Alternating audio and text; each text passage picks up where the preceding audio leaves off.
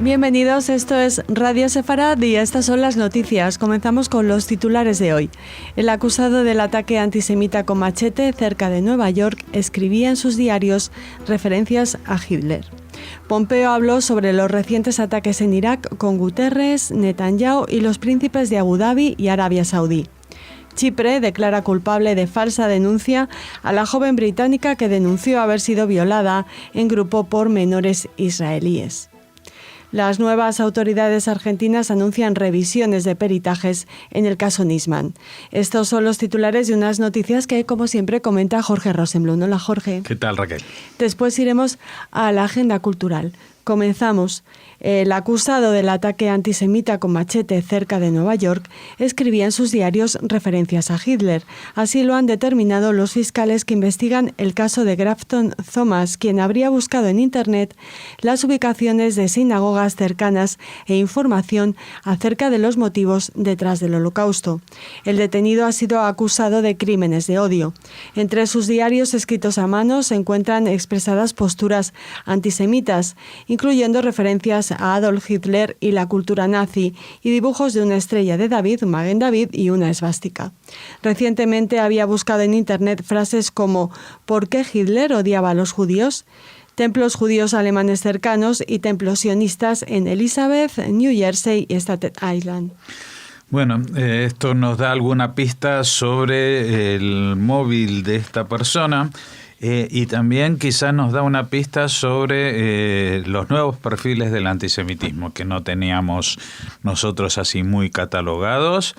Y esto se acerca mucho al concepto que muchas veces hablamos en relación al yihadismo del lobo solitario. Uh-huh. El lobo solitario autoadoctrinado, es decir, una persona que en principio odia a los judíos y entonces se empieza a buscar en Internet a ver quién más odia a los judíos y por qué los odia, para darle un poquito de orden a sus propias ideas. A su odio irracional. A su odio irracional, basándose, por ejemplo, estamos hablando de un afroamericano, un señor negro, al que quizás en los escritos de Hitler no haya llegado a la página que hablaba de que eran subhumanos. Uh-huh. Entonces, no es alguien exactamente neonazi, o tampoco se le puede llamar supremacista siendo negro, ¿no?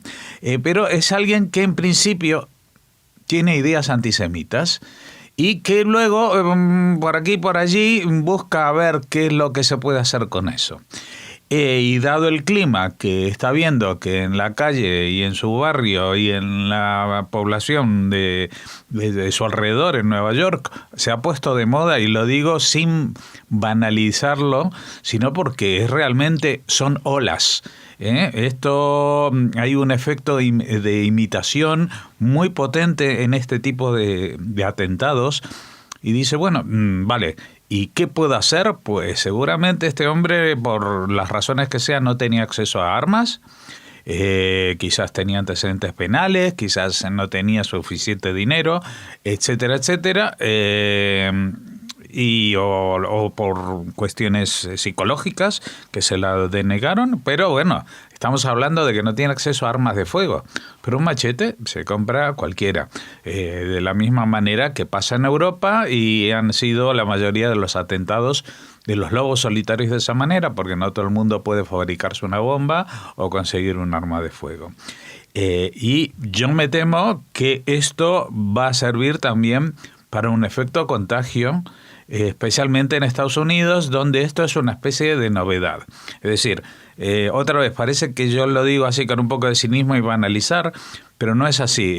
Lo hemos visto con los tiroteos de adolescentes en las escuelas. Es decir, desde el primero que lo puso en marcha, pues ha habido un efecto contagio, y hoy en día cualquier adolescente más o menos con problemas sociales, de integración, etcétera, pues se le pasa por la cabeza de que él puede hacer justicia por su mano entrando a su instituto, porque en Estados Unidos hasta hace poco tampoco había vigilancia policial en los institutos, ni había gente armada en las puertas, etcétera. Hoy en día creo que eso ha cambiado un poco, Y a eso es lo que va a cambiar significativamente, quieran o no, en las instituciones judías. Y los que más se resisten justamente son los judíos, porque están acostumbrados a la buena vida, ahora sí entrecomillado, de ir a una sinagoga sin tener que preocuparse de que los vayan a matar allí o en el colegio judío a sus hijos. Pues las cosas han cambiado. Ahora están en el foco de la atención y desgraciadamente esto no es una moda pasajera a corto plazo. Puede ser de que de aquí a 50 años esta etapa se supere, y lo digo otra vez sin cinismo, sino que yo creo que estas cosas no aparecen ni desaparecen así espontáneamente. El tema del antisemitismo en Europa se viene anunciando y denunciando desde hace por lo menos una decena de años. Yo recuerdo el atentado en Toulouse, creo que fue en el año 2010, 12, por ahí. Y bueno, en ese caso los franceses pasaron olímpicamente del tema. Hoy en día, aparte de todos los atentados que han sufrido en Francia, tenemos una cosa mucho más peligrosa, por ejemplo, que son los chalecos amarillos, que cada vez son más violentamente antisemitas. Y este tipo de ataques en la calle, como se dan en Nueva York, no solamente o en principio apuntan a la gente que se identifican por su vestimenta, pero luego, como pasa, por ejemplo, en estos ataques, si alguien entra en una sinagoga, aunque vaya con una gorra de béisbol, o está en la casa de un rabino, está con alguien que está vestido así, ya es suficiente para ser atacado. Incluso no tiene que ser judío para sufrir el antisemitismo, que es una de las cosas que más sorprende a la declaración o la definición de antisemitismo de la IRHA, que es la Organización Internacional para combatir el odio antijudío. El odio antijudío y la memoria del Holocausto, cuya definición pues le cuesta muchísimo a muchos países aceptarla, porque eso quiere decir de que el antisemitismo no solamente es atacar a un judío en una sinagoga, sino también, por ejemplo, atacar al Estado judío por el hecho de serlo, etcétera, etcétera.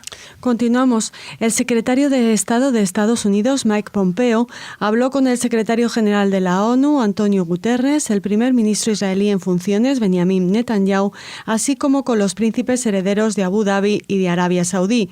Hablaron sobre los recientes ataques en Irak, que las autoridades políticas y religiosas de ese país condenaron. En conversación con Guterres, Pompeo reiteró que las acciones defensivas de respuesta tomadas por Estados Unidos estuvieron dirigidas a disuadir a Irán. Los objetivos del ataque fueron 3 instalaciones de una milicia chií respaldada por Irán en Irak y 2 en Siria dedicados al almacenamiento de armas y centros de comando y control utilizados por dicho grupo. Bueno, esto era un poco lo lógico. De todas maneras, a mí solamente quiero, en vez de llamarme la atención, voy a llamar yo la atención. Antonio Guterres le puede haber gustado más o menos que haya un bombardeo en un país extranjero, etcétera, etcétera, pero admitió las explicaciones de Pompeo y de alguna manera, al no hacer una declaración en contra, ha reconocido que tenía derecho Estados Unidos a matar 45 personas en represalia por haber matado a un ciudadano estadounidense. ¿Vale? Esto no es lo que pasa cuando atacan en Israel. Este es mi resumen de la cuestión. Y no digo que a Estados Unidos la traten por su cariño que despierta en muchas naciones, sino porque hay una cuestión, antiguamente se les llamaba de respeto, pero todos sabemos que es de miedo. Es decir, con los grandes no se meten, ni se meten con los poderosos. Como siempre he dicho y reitero, ante el estigma o la imagen que se tiene del judío que siempre está vinculado al poder, si el judío estuviera vinculado al poder, no lo machacaría, no habría antisemitismo y no habría masacres. La imagen de Israel no sería la que es, ¿no? Exactamente. Bueno, vamos a hablarles ahora de una noticia que ya hemos tratado aquí en Radio Sefarad. Si recuerdan, hay novedades sobre ese caso de la joven británica que denunció a un grupo de israelíes de haber sido violada por ellos. Un tribunal chipriota ahora ha declarado a esta joven culpable de haber denunciado falsamente que había sido violada en grupo por 12 turistas israelíes de entre 15 y 18 años en un hotel de la ciudad turística de Ayanapia. La condena será emitida el 7 de enero. La joven británica, que tenía 19 años el 17 de julio pasado, cuando sucedió el hecho, se ha declarado inocente de falsedad pública, un delito que puede ser castigado con 1 año de cárcel y una multa de 1.700 euros. Las declaraciones que usted dio eran falsas, le dijo el juez. Los israelíes fueron liberados sin cargos ese mismo mes, después de que la joven fuera arrestada bajo sospechas de brindar falso testimonio. Los grupos de derechos humanos sostienen que la joven fue humillada y maltratada por la policía y los medios de comunicación. Bueno, esto a veces pasa que las denuncias se demuestran como falsas. No siempre se pueden demostrar, no sé, por supuesto, no siempre las denuncias son falsas, pero ni siquiera las denuncias falsas muchas veces se pueden demostrar. En este caso, la policía chipriota lo tuvo bastante claro desde el principio por incongruencias en las denuncias. Fíjate el caso que cuando esta chica denuncia tiene 19 años y todos los chicos son menores de su edad. Es decir, que a menos que haya habido un asalto violento, es difícil imaginar por qué ella iba a ir con este grupo de chicos. No sé, a mí hay cosas que no sé porque no están en el detalle.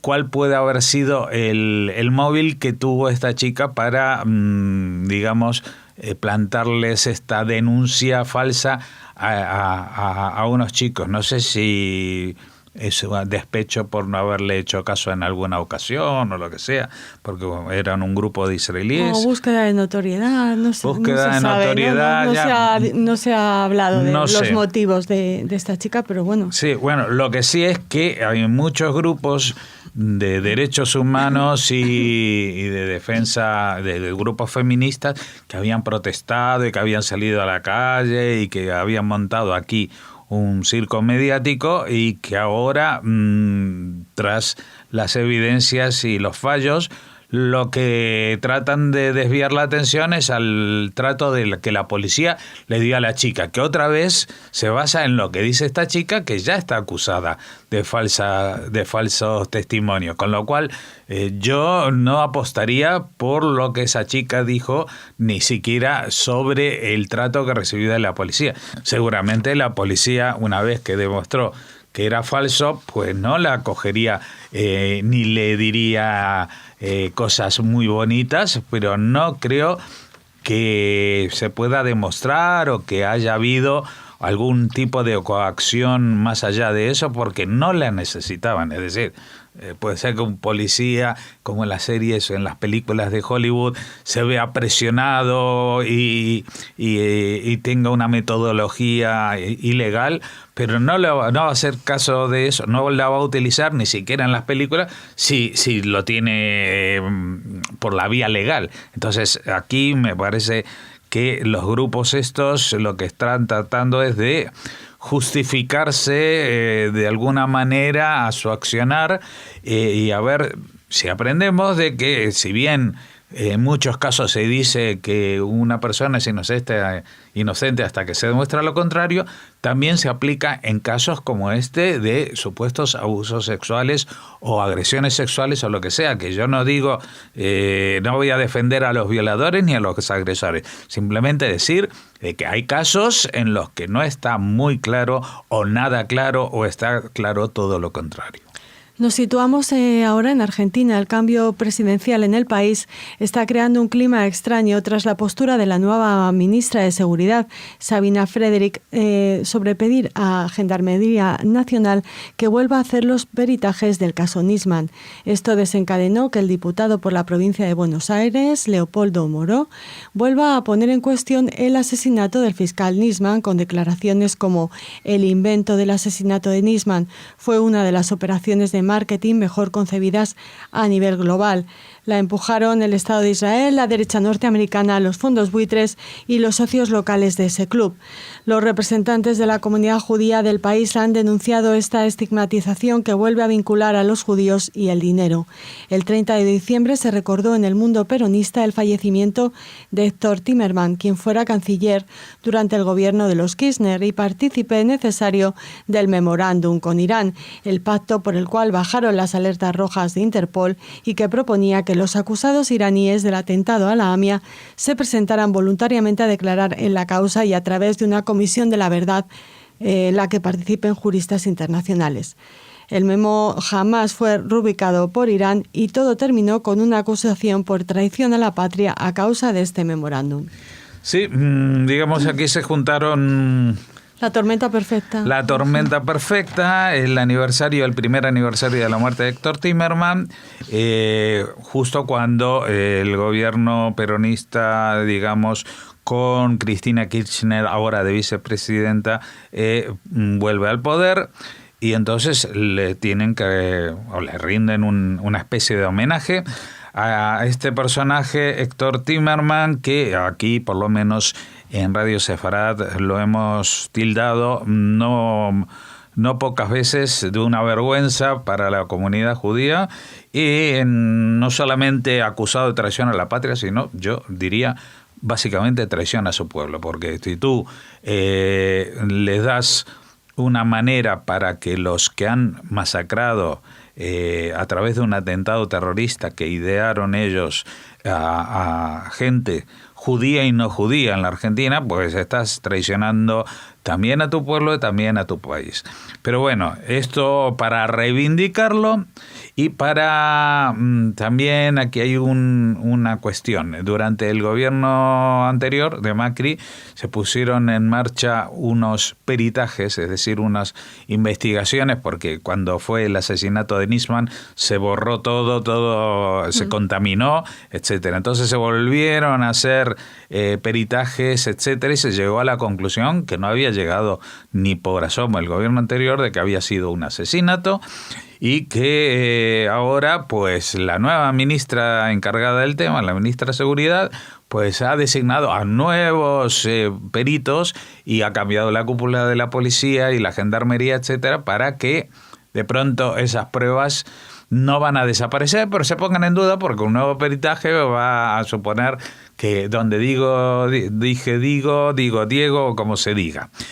Así que todo esto viene también para descargar las culpas de la vicepresidenta, que aunque sea la vice, todo el mundo sabe que es la que ostenta el poder, a diferencia de las declaraciones de algunos de sus representantes, como Leopoldo Moro, que dice que los judíos idearon toda esta idea de que Nisman fue asesinado, junto con Israel, junto con la derecha norteamericana, los fondos buitres, y todos son lo mismo. Es decir, los fondos buitres, da igual que los manejen no judíos, la derecha americana da igual que sea antisemita, aunque no sean ahora los que van matando judíos, etcétera, etcétera. O sea que estamos en la misma de siempre.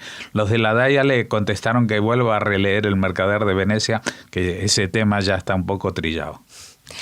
Bueno, pues así terminamos esta primera parte del informativo. Unos segundos y volvemos con la agenda cultural.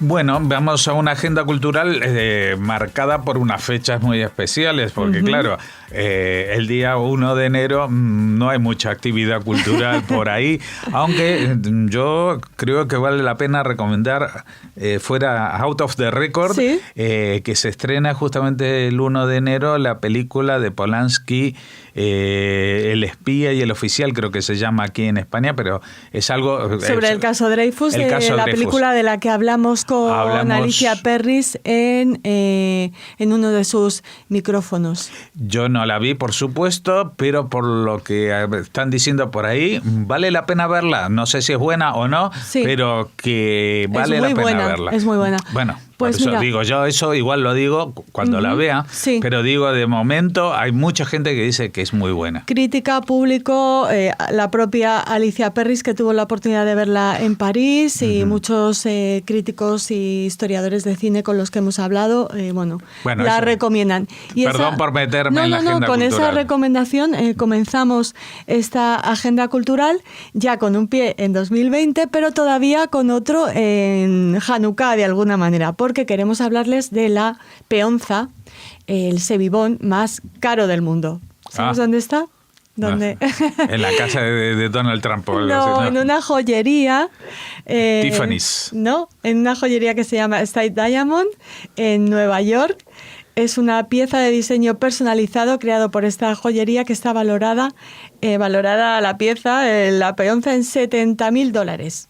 E incluye letras hebreas con incrustaciones de diamantes. Y un diamante de 4, no, perdón, me pongo nerviosa con los diamantes. Sí, yo ya como con los Marilyn, quilates. como 4,2 quilates en su punta. El libro Guinness de los récords, bueno, pues ha reconocido que esta peonza es la más cara del mundo. Es una pieza de oro de 18 quilates, mide 10,8 centímetros de altura. Las letras son de oro blanco y, según informaron desde Guinness, llevan incrustadas 222 diamantes redondos brillantes. Fue creado en el estilo artístico del Art Deco, según los joyeros, quienes dijeron que el diseño final se inspiró en gran medida en el mítico edificio Chrysler, situado a pocos metros de la sala de exposición de la compañía. Así que nada, si les sobran $70,000 y quieren tener un sebibón para siempre. En Hanukkah se juega con la peonza con moneditas, así que me imagino que esto ya se jugará con fardos de billetes, ¿no? Por lo menos. Ahora, yo le encuentro un problema a esto, porque si la punta es de diamante, pues te va a rayar todos los muebles, que cuando la haga girar... A lo mejor los muebles son de diamantes también. Tiene que ser una superficie de diamante, eso no existe, pero bueno, no sé. No lo sabemos. No estamos puede haber muebles de diamantes. La gente está muy loca. No, puede haber muebles con incrustaciones de diamante, pero que para que sea liso, ¿no? Y el diamante raya el cristal incluso, o sea que muy poco práctico, ¿eh? Bueno, para exhibiciones y para presumir. Yo no la compro por eso.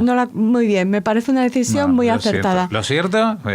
Ya pensaremos en algo que hacer con me la redondeen la puntita para que pueda. Ya pensaremos en algo que hacer con tus $70,000, ¿vale? Eso es. Bueno, ahora les queremos comentar como última noticia de esta agenda cultural que la actriz israelí Gal Gadot, bueno, pues será la productora de la Wonder Woman, la Mujer Maravilla. La Mujer Maravilla. Será la productora, junto con su marido Jason Barsano, de una adaptación cinematográfica de la novela israelí Border Life, publicada por la autora Dorit Rabinyan en 2014. Muchos de ustedes, los que tengan mejor memoria, se acordarán de que esta novela, que se centra en una relación prohibida entre una mujer israelí y un hombre palestino encarcelado por razones de seguridad, fue el centro de la controversia cuando el entonces ministro de Educación, Naftali Bennett, la eliminó de las listas de lectura de las escuelas.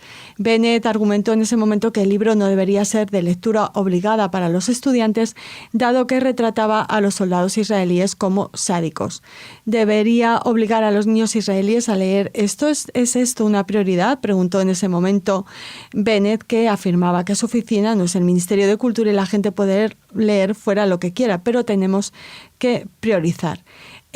Bueno, estas declaraciones de Bennett, claro, causaron que la venta del libro se disparara y fuera un bestseller en Israel. Así que Gal Gadot y su esposo, como les decimos, bueno, pues se aventuran en esta coproducción de la adaptación de esta novela. Bueno, tengo que decir de que él era el de Educación, pero la ministra de Cultura seguramente era Miri Regev, tampoco le gustaría ese libro. Pero hay que decir una cosa, en Israel esto es una muestra de hasta qué punto el tema de las libertades en Israel son incluso, se puede decir, en cierto modo abusivas, pero con el mejor de los tonos. Es decir, estamos hablando de una novela de una temática muy problemática, una mujer que tiene una relación con alguien acusado, no que ejerza, pero acusado de temas de seguridad, un palestino. Es un tema muy...